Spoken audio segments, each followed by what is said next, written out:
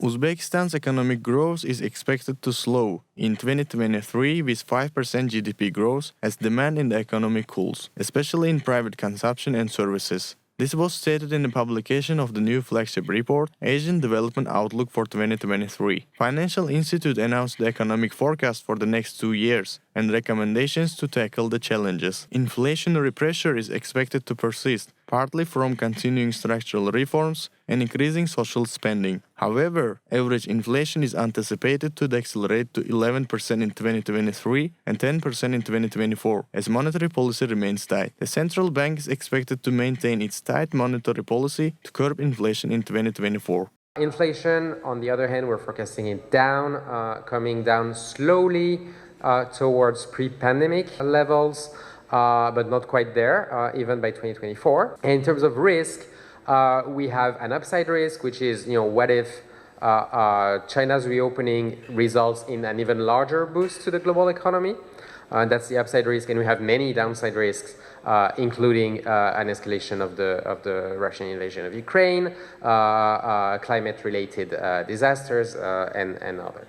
The report also suggested that the growth of the services sector is expected to slow down to 5.5% in 2023 and 2024 due to a decrease in demand for food and accommodation, storage, and transportation services. Similarly, the growth rate of the construction industry is forecasted to slip to 6% due to a slower expansion in housing, local infrastructure, and upgrades to manufacturing plants. We saw the huge remittances inflow from mainly Russia, which was beyond against our predictions, not only ADB, but also our colleagues from EBRD, World Bank, IMF, and etc. And also that triggered very good positive impact on the current account situation that we have here, just reducing the deficit a bit.